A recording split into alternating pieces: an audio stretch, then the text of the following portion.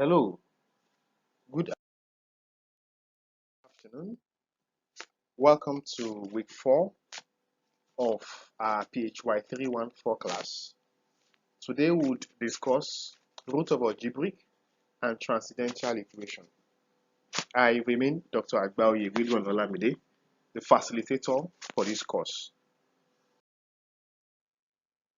Of course, we are familiar with quadratic equations and functions such as f1 of x, which is equal to x squared minus 3x, and f2 of x, which is equal to 0. If we equate these two functions to each other, we can say that f1 of x is now equals to x squared minus 3x equals to 0. Therefore, x equals to 0 and x equals to 3. On the other hand, if our f2 of x is equal to minus 2, and we equate these two functions, we'll have a function x squared minus 3x equals to minus 2, which becomes x squared minus 3x plus 2 equals to 0. If we solve this equation quadratically, we would have x equals to 1 and x equals to 2. These equations could be solved using several methods: the quadratic equation, the graphical methods, and so on. Now let's look at transcendental equations. These equations cannot be solved using the usual methods of quadratic equation.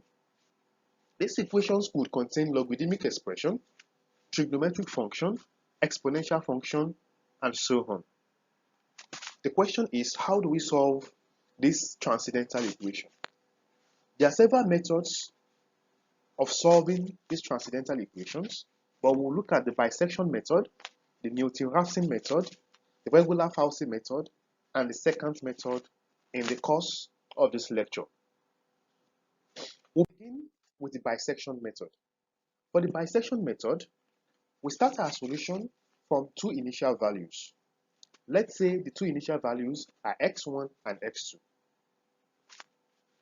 We determine the value of the function of x1 and the value of the function of x2. In this case, the function of x1 and the function of x2 must have opposite sign and should obey the simple rule f of x1 multiplied by f of x2 is less than 0. What this means in essence is that these two functions must have opposite sign. On determining the function of these two initial values, we express the value of x3 by determining the average of x1 and x2. Then we evaluate the function f of x3. Then we compare our f of x3 with f of x1 and f of x2, such that f of x3 and the other function have opposite sign, which means it has to obey f of x1 multiplied by f of x2 is f of x3 is less than 0, or f of x3 multiplied by f of x2 is less than 0. We continue the iteration until the tolerance value is reached. So let's look at the merits of this bisection method. The first advantage is that the root of bisection method will always converge.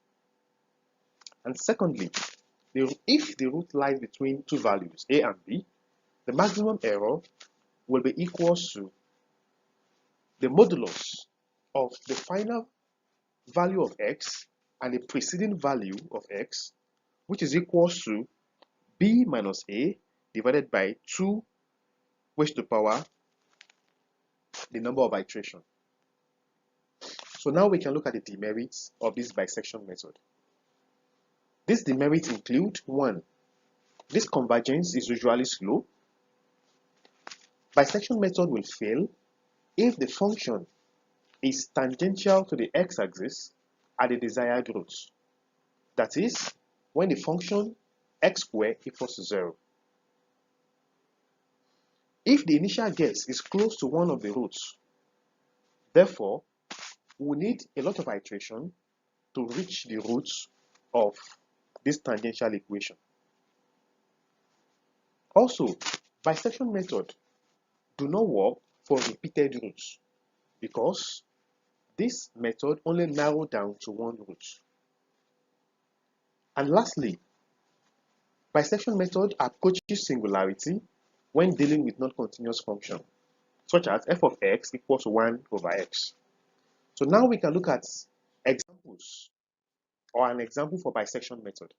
Let's look at an example that requires that we find the zero of the function f of x equals to 2x cubed minus 3x squared minus 2x plus 3 between the point 1.4 and x equals to 1.7 using the bisection method and taking our tolerance value xj plus 1 minus x of j is less than or equal to 10 to the power minus 5. If we are to use the bisection method, we have our function f of x equals to 2x cubed minus 3x squared minus 2x plus 3. Then we evaluate the function f of x when x equals to 1.4 and f of x when x equals to 1.7. F of x at x equals to 1.4 gives us minus 0.192, while f of x at x equals to 1.7 gives us 0.756. Then we express the value of x3, which is the average of x1 and x2, which is gotten as 1.55. Then we express the function of x3, which is equal to 0.14025, gotten by substituting the value of x equals to 1.55 into the function f of x3. Then we realize that f of x3 is positive and f of x1 is negative. Therefore, the roots of this transcendental equation will be in between x3 and x1. With that, we can calculate our x subscript 4, which is the average of x subscript 1 and x subscript 3. On getting the average to be 1.475, we calculate the function of the average, and that gives us a negative value. Therefore, since function f of x4 is negative and function f of x3 is positive, we say that the root is between x4 and x3, and that helps us with the next iteration, which is x5. We calculate the value of x5 from the average of x4 and x3, and that is 1.5125. Then we substitute that into the function to get 0.03219. We continue the iteration until convergence is reached. That is, until the difference between the final value of x and the preceding value of x is less than the tolerance factor. That takes us to the Newton-Raphson method. In the Newton-Raphson method, we start with the Taylor's series. F subscript x plus delta x equals to f subscript x plus f prime of x delta x plus f prime prime of x delta x squared divided by 2 factorial. If we stop at the third order and we consider using just the first two terms, we can derive the expression x1 is equals to x naught plus delta x, which is equals to x naught minus the function of x naught divided by the function of f prime of x naught. If we generalize this equation, we say x subscript n plus 1 equals to x subscript n plus delta x equals to x subscript n minus f of x subscript n divided by f prime of x subscript n. This is the general formula of the Newton-Raphson method. Then we can look at the advantage of Newton-Raphson method. The first one is that the rate of convergence of this method is fast. This method can be used to identify repeated roots. And this method can also determine complex roots of polynomials. That is, if the initial value is a complex value. The disadvantage of Newton-Raphson method includes that we have to compute the function f of x and also compute the function of the differential of f of x. And also, some functions may not be easy to differentiate. Then Newton-Raphson does not work when the differential of f of x is equal to 0 or when the differential of f of x is close to 0. And this method is sensitive to initial condition. And lastly, if the derivative changes at the test points, then the sequence may oscillate around the point. So now we can take an example for the Newton-Raphson method. So here we start with the general formula of the Newton-Raphson method, that is x subscript n plus 1 is equal to x subscript n plus delta x is equal to x subscript n minus f of s subscript n divided by the differential of f of x subscript n. If we substitute the value of x naught, which is the starting point x equals to 1.4, f of x naught, that is the function when x equals to 1.4, and the differential of the function when x equals to 1.4. We are able to get the value of our x1, which is equal to 1.541176. Then we use that for our iteration 2. Iteration 2 requires that we calculate our x2, which is equal to x1 minus f of x1 divided by f prime of x1. Substituting the values, we're able to achieve our x2 equals to 1.503479. Then we go for the next iteration to get our value of x3 using the same method. For x3, we're able to say that x3 equals to x2 minus f of x2 divided by f prime of x2. And that gives us our x3 to be 1.500029. With this, the convergence has not been reached. Therefore, we continue with our iteration. In the next iteration, we solve for x4. Therefore, we are able to get an x4 which is equal to 1.500000. With this, we can say that convergence has been reached. Therefore, we look at the modulus of the final value of x, which is x4, minus the preceding value of x, which is x3, and we realize that it's less than or equal to 10 raised to the power minus 5.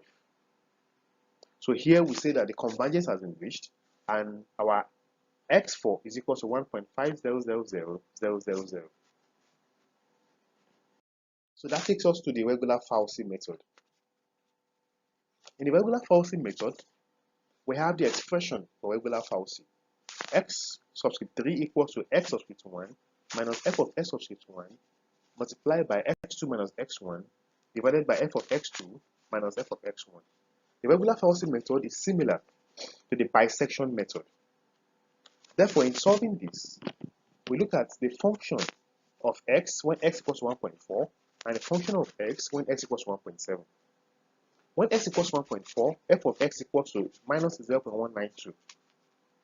When x equals to 1.7, f of x equals to 0.756. Therefore, we're able to calculate x subscript 3 using the equation of Regula-Falsi method, and x subscript 3 is equal to minus 0.088984. Then we say that since x3, the function of x3 have a negative value of minus 0.0088984, and the function of f2 have a positive value of 0.756. We say that the root of this transcendental equation is in between 1.460759 and 1.7. If we go to the next iteration, our x subscript 4 is equal to 1.485953. Still, convergence has not been reached. Therefore, we continue the iteration until convergence is reached. That is, until the final value of x minus the preceding value of x is less than or equal to 10 raised to the power minus 5. That takes us to the secant method. In the secant method, the condition that f of x1 multiplied by f of x2 is less than 0 is not necessary. but the roots may lie between 2 points x1 and x2. So here we have a general formula for the secant method, which is x subscript n plus 1 equal to x subscript n minus f of x subscript n multiplied by x subscript n minus x subscript n minus 1 divided by f of x subscript n minus f of x subscript n minus 1. If we are to solve an example with that, we look at the function of x when x equals to 1.4 and the function of x when x equals to 1.7. Then we calculate our x3 using the formula for the secant method. Our f of x3 is gotten to be minus 0.088983. Therefore, we continue with the iteration. Calculate the value of x subscript 4, which is equal to 1.485953.